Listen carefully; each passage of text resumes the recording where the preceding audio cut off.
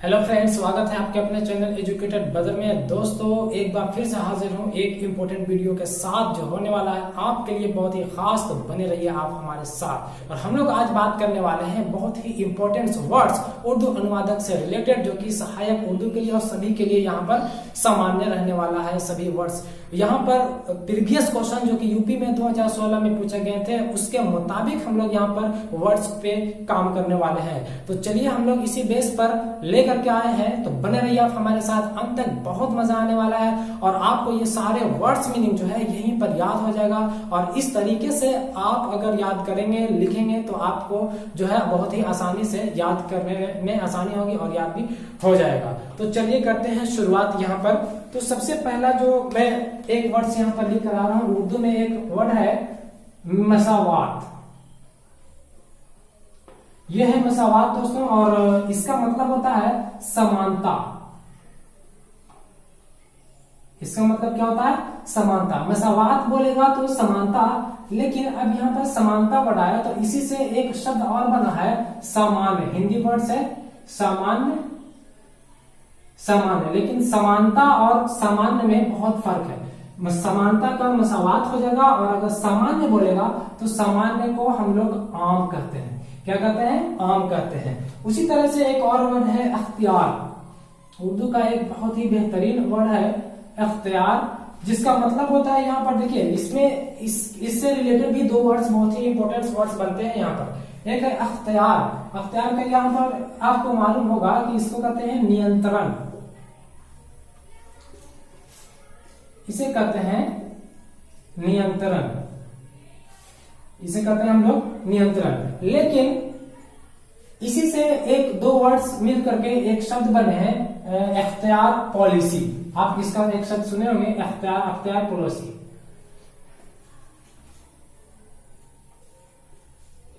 इख्तियार पॉलिसी उसी से बना है, उसी से बना है इख्तियार पॉलिसी। तो यहां पर जो इख्तियार पॉलिसी है, तो ये पॉलिसी का हो जाता है आपको नीति। क्या हो जाता है? नीति। तो अगर दोनों की बात करें हम लोग तो इसका बन जाएगा नियंत्रण नीति। नियंत्रण नीति। ये नीति नियंत्रण नीति क्यों बना?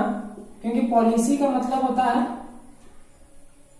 पॉलिसी का मतलब होता है नीति। इस बात को आप समझेंगे। तो इस तरह से आप चैन बाय चैन बना करके चलेंगे तो हर वर्ड्स जो है आपको बहुत ही आसानी से याद हो जाएंगे। एक और है वर्ड है आपको नाकिस।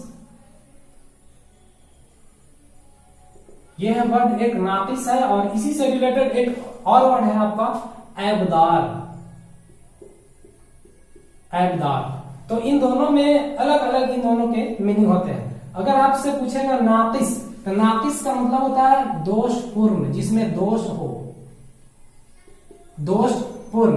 और दोनों मिलता जुलता वर्ड है, एक सिमिलर वर्ड्स है यहाँ पर। तो देखने में भी एक जैसे रहेंगे, लेकिन ऑप्शन में अगर ऑब्जेक्टिव क्वेश्चन रहेंगे, ऑप्शन में आप कंफ्यूज हो सकते हैं। इसीलिए आपको जो इसका मेन मीनिंग है उसको आपको याद रखना होगा। तो यहाँ पर जो है, अगर इसको पूछेगा ऐबदार, तो इसका होता है घटिया, या फिर आप इसको कह सकते हैं नाकिस, घटिया कह सकते हैं, और ऐबदार आप दोषपूर्ण कह सकते हैं। ये दोनों वर्ड्स और ये दोनों वर्ड्स एक सिमिलर वर्ड्स है। इस बात को आप समझिएगा। एक और उर्दू वर्ड्स है यहाँ पर, एक और उर्दू वर्ड्स है यहाँ पर इल्तिजाम। बहुत ही इंपॉर्टेंट वर्ड है इल्तिजाम। और इल्तिजाम का मतलब होता है प्रतिबद्धता। प्रतिबद्धता, ये हो गया इल्तिजाम का मतलब प्रतिबद्धता। लेकिन इसी तरह का एक और वर्ड बनता है, वो है आपका इंतजाम। आपको मालूम होगा इंतजाम। इंतजाम, इल्तिजाम और इंतजाम, ये दोनों में बहुत फर्क है। इंतजाम और इल्तिजाम। इल्तिजाम बोलेगा तो प्रतिबद्धता, और इंतजाम बोलेगा तो इंतजाम को हिंदी में कहते हैं व्यवस्था। व्यवस्था। तो इस तरह से आप अगर चैन बाय चैन बना करके चलेंगे तो आपको याद करने में परेशानियां नहीं होंगी। तो इस तरह से आप दे सकते हैं। उसी तरह से एक अगला वर्ड है आपको इंतखाब। इंतखाब, इसका मतलब होता है चुनाव। सारे पार्टियां अभी इंतखाब में लगे हुए हैं, चुनाव में, इंतखाब की तैयारियों में लगे हुए हैं, इस तरह का। लेकिन इसी से रिलेटेड एक और शब्द है आपका, वो है आपका मुंतखिब।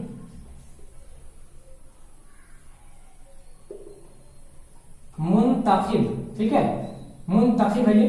अगर नुक्ता वगैरह में थोड़ा सा कंफ्यूज है तो आप देख लीजिएगा, यह है मुंतखिब और इसका मतलब होता है चुनना या फिर चुना हुआ, चुनना, चुनना या फिर चुना हुआ, इस तरह से इंतखाब, चुनाव, मुंतखिब, चुनना। एक और शब्द है यहां पर अकलियत, अकलियत, अकलियत। और एक और शब्द है आपको अक्सरियत, अक्सरियत, ठीक है। देखिए अकलियत बोलेगा तो अकलियत का मतलब होता है अल्पसंख्यक, अल्पसंख्यक, जहां की आबादी कम हो, यानी कि कम आबादी वाले क्षेत्र को कहते हैं हम लोग अकलियत। तो अकलियत का ये मीनिंग मैं यहाँ पे लिख रहा हूं, वो अकलियत का है। अकलियत का मतलब होता है अल्पसंख्यक, अल्पसंख्यक, ये हो गया इसका मीनिंग। और अक्सरियत का मतलब होता है बहुसंख्यक, बहुसंख्यक। तो इस तरह से आप एक वर्ड्स लिखें तो उसके बारे में जितने भी वर्ड्स बन रहे हैं, 1 2 3, तो आप चैन बनाकर चलेंगे तो आपको पढ़ने में आसानी होगा। अकलियत बोलेगा तो अल्पसंख्यक और अक्सरियत बोलेगा तो यहाँ पर बहुसंख्यक होता है। तो आप इसे स्क्रीनशॉट ले लें, मैं यहाँ पे रुक जाता हूं, आप स्क्रीनशॉट ले सकते हैं।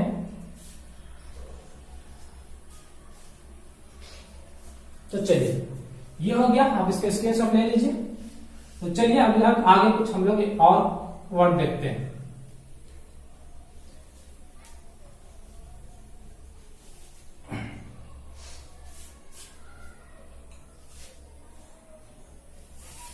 एक वर्ड है मज़ाहमत,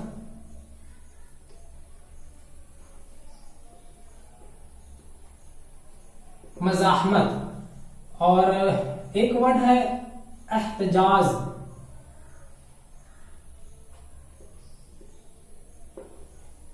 और एक वर्ड है खिलाफ। देखिए ये तीनों वर्ड्स हैं और ये तीनों के मीनिंग जो है लगभग कह सकते हैं कि एक ही सिलसिले में या फिर एक ही जगहों के लिए ये इस्तेमाल किया जाता है, लेकिन वर्ड्स जो है इसके मतलब जो है काफी अलग अलग निकलते हैं। अगर हम लोग बात करें मज़ाहमत का, तो मज़ाहमत का मतलब होता है प्रतिरोध। मज़ाहमत बोलेगा तो क्या करेंगे हम लोग, प्रतिरोध। लेकिन अगर एहतजाज बोलेगा तो एहतजाज का मतलब होता है विरोध, एहतजाज का मतलब विरोध होता है। और एक वर्ड्स और लिखे हैं हम खिलाफ, और खिलाफ का मतलब होता है विरुद्ध, विरुद्ध। ये हो गया आपका खिलाफ। तो ये तीनों जो वर्ड्स हैं लगभग मिलता जुलता है, लेकिन मीनिंग्स जो है इसके काफी अलग होते हैं। तो यहाँ पर देखिए मज़ाहमत, मज़ाहमत बोलेगा तो क्या करेंगे, प्रतिरोध। एहतजाज, एहतजाज का मतलब होता है विरोध। और एहतजाज से का मतलब एक और वर्ड से यहाँ पर निकाला जा सकता है एहतजाज से, जिसे हम लोग आंदोलन भी कहते हैं, आंदोलन। एहतजाज का मतलब या तो विरोध या फिर आंदोलन। तो यहाँ पर अगर एहतजाज रहेगा तो या तो विरोध, 4 ऑप्शन जो आपके ऑब्जेक्टिव में रहेंगे उसमें विरोध रहेंगे या तो फिर आंदोलन रहेंगे, या फिर ये दोनों रहेंगे तो दोनों आंसर सही होंगे, या तो फिर ये दोनों में से एक चीज रहेंगे। अब यहाँ पर आंदोलन रहेगा या फिर विरोध रहेगा। तो चलिए अगले वर्ड से, यहाँ पर बहुत ही बेहतरीन वर्ड से, एक हिंदी का वर्ड है प्रतिक्रिया, सॉरी प्रतिक्रिया नहीं, प्रक्रिया। यह है आपका प्रक्रिया, यह है आपका एक प्रक्रिया। और एक और वर्ड है प्रतिक्रिया, प्रतिक्रिया। ये दोनों को गौर से जरा देखेंगे। प्रतिक्रिया, प्रक्रिया, प्रतिक्रिया। प्रक्रिया का मतलब होता है अमल, अमल। प्रतिक्रिया, प्रक्रिया का मतलब अमल। और अगर बोल देगा प्रतिक्रिया, ये कंफ्यूजन करने वाले क्वेश्चन है एग्जाम में, अक्सर ये कंफ्यूज आपको ऑप्शन कंफ्यूज कर सकते हैं। तो यहाँ पर आप ध्यान से देख करके वर्ड्स को पहचान करके आपको ऑब्जेक्टिव में टिक लगाना होगा, क्योंकि लगभग एक ही जैसा ये देखने में लगती है और इसका मीनिंग भी लगभग एक ही जैसा है। प्रक्रिया, अमल। और अगर प्रतिक्रिया बोल देगा तो यहाँ पर हो जाएगा रद्दे अमल, रद्दे अमल। ये दो मीनिंग्स है। आप इस तरह से ये चेन एक वर्ड से जितने वर्ड्स बनेंगे 1 2 3 उस तरह से हम लोग देखते चलेंगे।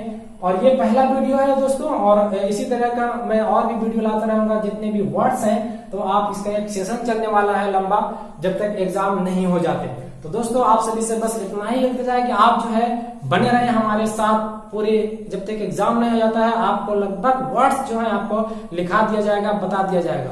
आप हमारे व्हाट्सएप ग्रुप से भी जुड़ सकते हैं, जो कि डिस्क्रिप्शन में लिंक डाल दूंगा।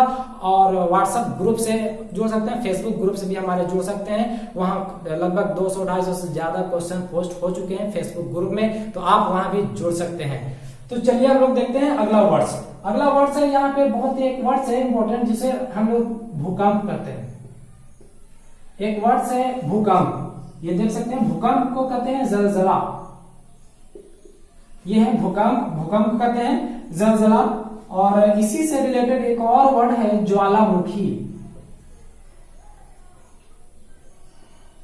ज्वालामुखी, अगर भूकंप बोलेगा तो जलजला, और अगर ज्वालामुखी बोलेगा तो इसको कहते हैं आतिश फशा। आतिश फशा, यह है आपका भूकंप, जलजला, ज्वालामुखी, आतिश फशा। ये लगभग एक ही दोनों वर्ड, भूकंप और ज्वालामुखी दोनों जो है आपदा है। आपदा है, आपदा आ गया तो आपदा भी लिख लीजिए यहाँ पर। आपदा, आपदा को कहते हैं हम लोग आफत। आपदा के क्या कहते हैं? आफत हम लोग कहते हैं। तो चलिए एक और वर्ड से यहाँ पर, यहीं पर नीचे में लिख देते हैं हम संरचना।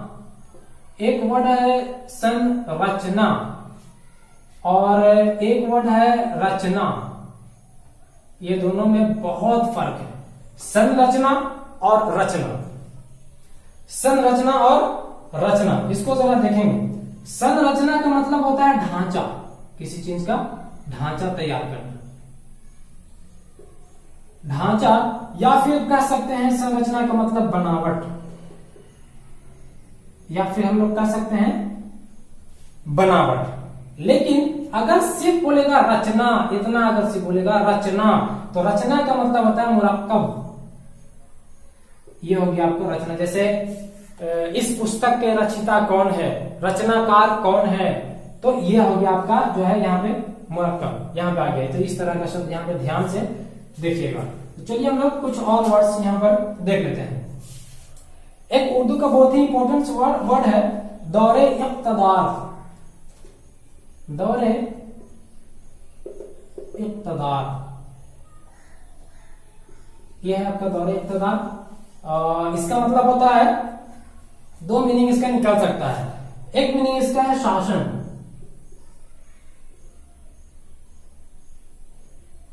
शासन, दौरे इक़्तिदार। इसी से एक और वर्ड बना है दौरे हुकूमत। दौरे हुकूमत, अगर दौरे इक़्तिदार बोलेगा तो आप शासन लिखेंगे, और अगर दौरे हुकूमत बोल देगा तो यहां पर हो जाएगा शासन युग। शासन युग, ये दोनों बहुत ही इंपॉर्टेंट वर्ड्स हैं। दौरे इक़्तिदार शासन, और दौरे हुकूमत शासन युग। ये आपका हो गया, दो तरह के यहां से वर्ड्स मिल गए हैं। एक और वर्ड से हिंदी में, एक वर्ड से भय। क्या वर्ड है? भय। और एक वर्ड से भव्य। ये देखिए, एक वर्ड से भय और एक वर्ड से आपका भव्य। चलिए अभी इसको हम लोग भव्य को मिला देते हैं। अभी इससे रिलेटेड कुछ और वर्ड्स मिल जाएंगे आपको। एक वर्ड है आतंकी, ठीक है, एक भय और दूसरा आतंकी। और आतंकी से बना है एक वर्ड्स आतंकवाद। आतंकवाद, ये बना है आपका 3 वर्ड्स। तो चलिए हम लोग इन तीनों का मीनिंग देख लेते हैं। देखिए, भय अगर आपको दिया रहेगा तो भय का मतलब होता है खौफ, यानी डर, खौफ इसको कहेंगे। भय अगर दिया रहेगा तो खौफ, और अगर आपको यहां पर दिया रहे आतंकी, तो आतंकी से यहां पर हो जाएगा दहशत। आतंकी बोलेगा तो दहशत, और आतंकवाद अगर बोलेगा तो इसी से बना है दहशतगर्द। दहशतगर्द, ये आपका हो गया दहशत गर्द।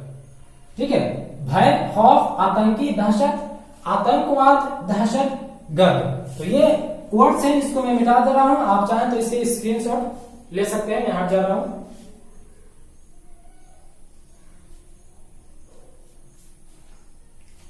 तो चलिए इसे हम लोग मिटा देते हैं और देखते हैं कुछ और वर्ड्स। अगर आपको वीडियो अच्छी लग रही है तो एक वीडियो देखते देखते आप लोग लाइक कर दें और शेयर के बटन वहां पे बगल में होगा, उसे भी शेयर कर दें कि ज्यादा से ज्यादा लोग जो है जुड़ जाएं, इसमें ज्यादा से ज्यादा लोगों तक ये वीडियो पहुंच जाए। तो चलिए, उम्मीद करता हूं कि आप लोग लाइक कर दिए होंगे। तो चलिए हम लोग कुछ और वर्ड्स देख लेते हैं।